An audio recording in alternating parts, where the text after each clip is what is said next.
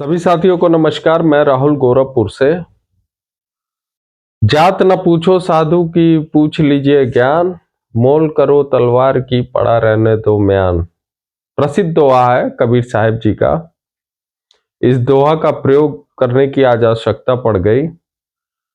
कारण यह है कि अभी हाल में ही उत्तर प्रदेश के इटावा जिले में जो धर्म और जात को लेकर जो घटना जो घटित हुई है वह काफी निंदनीय घटना है और मानवता को काफी ज्यादा ही शर्मसार कर देने वाली घटना है।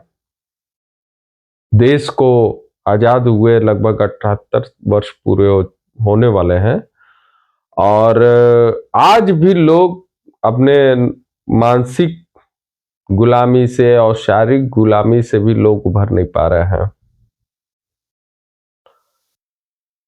कौन देता है इनको अधिकार, इस तरीके का अधिकार? देश तो संविधान से जब चलता है तो कौन देता है?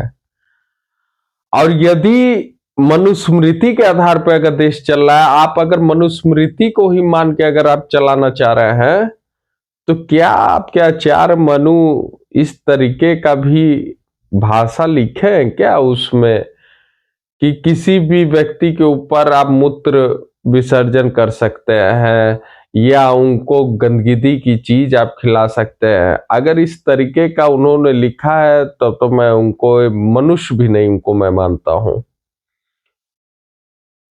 बहरहाल जो घटना यादव कथावाचक के साथ जो घटित हुई है, ये घटना जब मैं देखा, जब वीडियो जब वायरल हुआ तो काफी क्रोधित भी हुआ कि यार लोग नासा में जा रहे हैं, इसरो में जा रहे हैं, देश विदेश के लोग कहां से कहां लोग पहुंच गए और अपना भारत जो है अभी जातीय धर्म के जंजीर में एकदम जकड़ा हुआ है।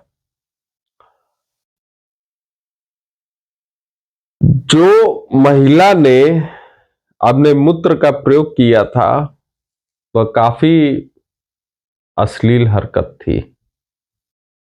इतनी गंदगी और इतने गंदे तरीके से उसने ये कार्य किया कि समाज को एकदम एकदम गंदगी की ओर एकदम ढकेल दिया।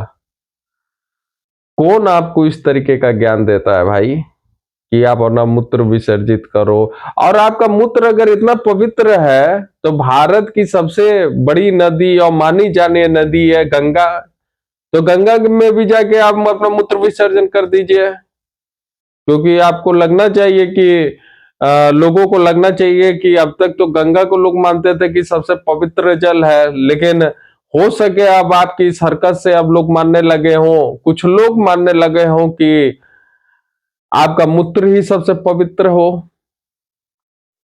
काफी गंदा काम आपने किया है।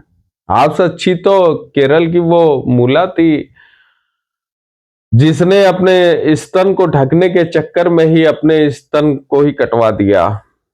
आपको शायद नहीं पता होगा, लेकिन पता भी होगा कि वहां पे महिलाओं को स्तन ढकने का टैक्स लिया जाता था, जो काफी काफी वो भी क्रूरता वाली घटना रहती थी उस समय। लेकिन आप तो आज आजाद देश में इस तरीके की हरकत आप कर रही हैं, ये काफी निंदनीय है।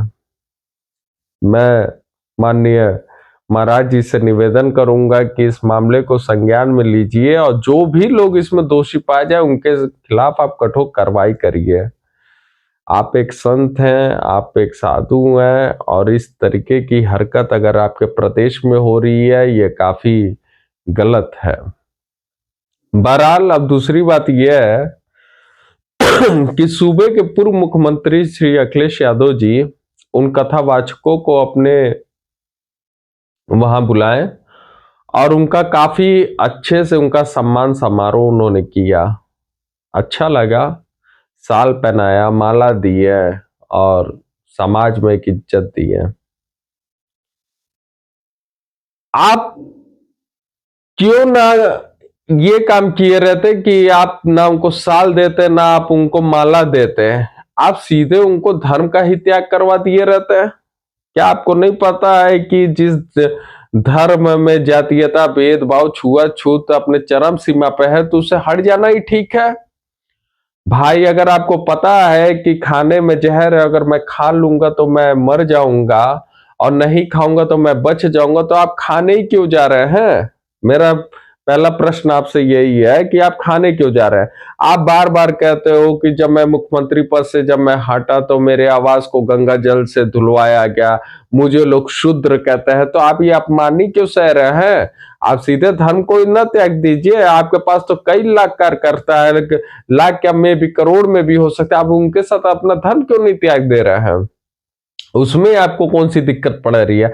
आप पीडीए समाज की स्थापना कर रहे हैं, आप किससे पूछ के पीडीए समाज की स्थापना कर रहे हैं? 2012 में आपकी सरकार आई थी, यही पीडीए समाज के साथ तो आपने घातक करने का कार्य भी तो किया था। आपकी सरकार बनने में देरी नहीं हुई थी कि आपने पहला कार्य अनुसूचित जाति जनजाति का जो भी आरक्षण का प्रावधान था, सबसे पहला काम आपने उसको हटाने का आपने कार्य किया। उससे जानते हैं, उससे कई छोटे मोटे ठेकेदार और भी लोग जो नौकरी के क्षेत्र में थे, उनका एक आगे बढ़ने का एक पायदान था, लेकिन आपने आते ही उसको समाप्त कर दिया। इतनी नफरत आपको थी। कारण जानते हैं क्यों? कारण इसलिए क्योंकि आपको राजनीति विरासत में मिली है, ना कि आप अपने संघर्ष के बल पे पहुंचे हैं।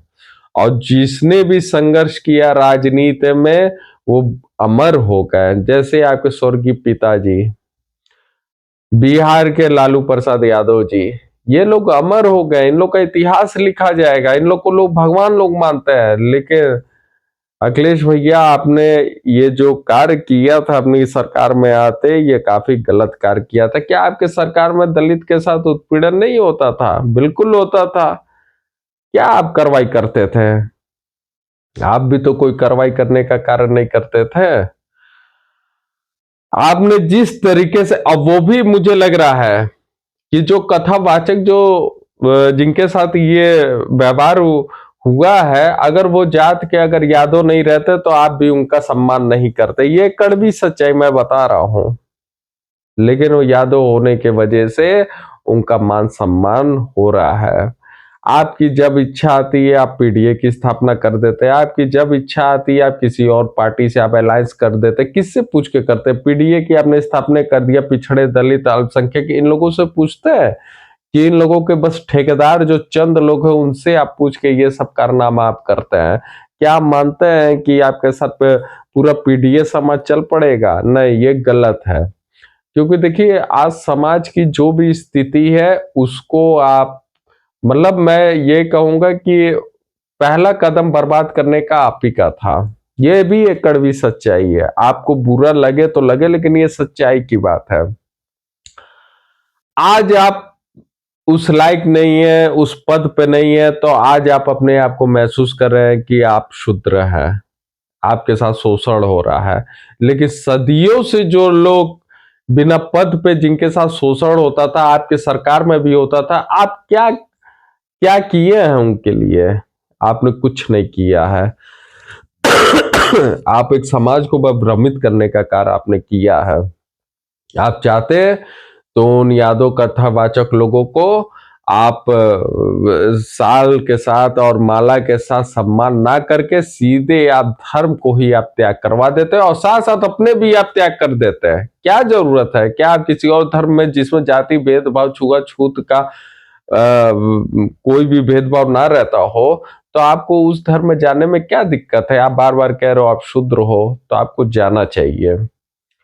और मैं एक बार फिर बोलूंगा कि इटावा की घटना जो है काफी शर्मनाक रही और इस पर कठोर और कड़ी कार्रवाई होनी चाहिए कि भविष्य में इस प्रकार की घटना कोई भी ना कर सके। और यही नहीं, आज मैं एक चीज और मैं देखता हूं, प्रतिदिन मैं देखता हूं पेपर में किसी छोटे समाज की लड़की के साथ बलात्कार करके जिंदा जला दिया, किसी अनुसूचित दूल्हे के साथ यदि घोड़ा पे बैठ के जा रहा है तो उसको घोड़े पे से उतरवा दिया जाता है, नहीं उतरता है जबरन उसको उतरवाया जाता है, मारा जाता है। ये क्या है? ये हमारे देश की संस्कृति नहीं है, ये हमारे देश की मर्यादा नहीं है। देश को अब समझना होगा, देश को एकजुट होना होगा, और जो भी इस तरीके की हरकत जो भी लोग कर रहे हैं उनको जो है कठोर कार्रवाई सरकार करने का कार्य करे। ठीक है, बहुत बहुत धन्यवाद, नमस्कार।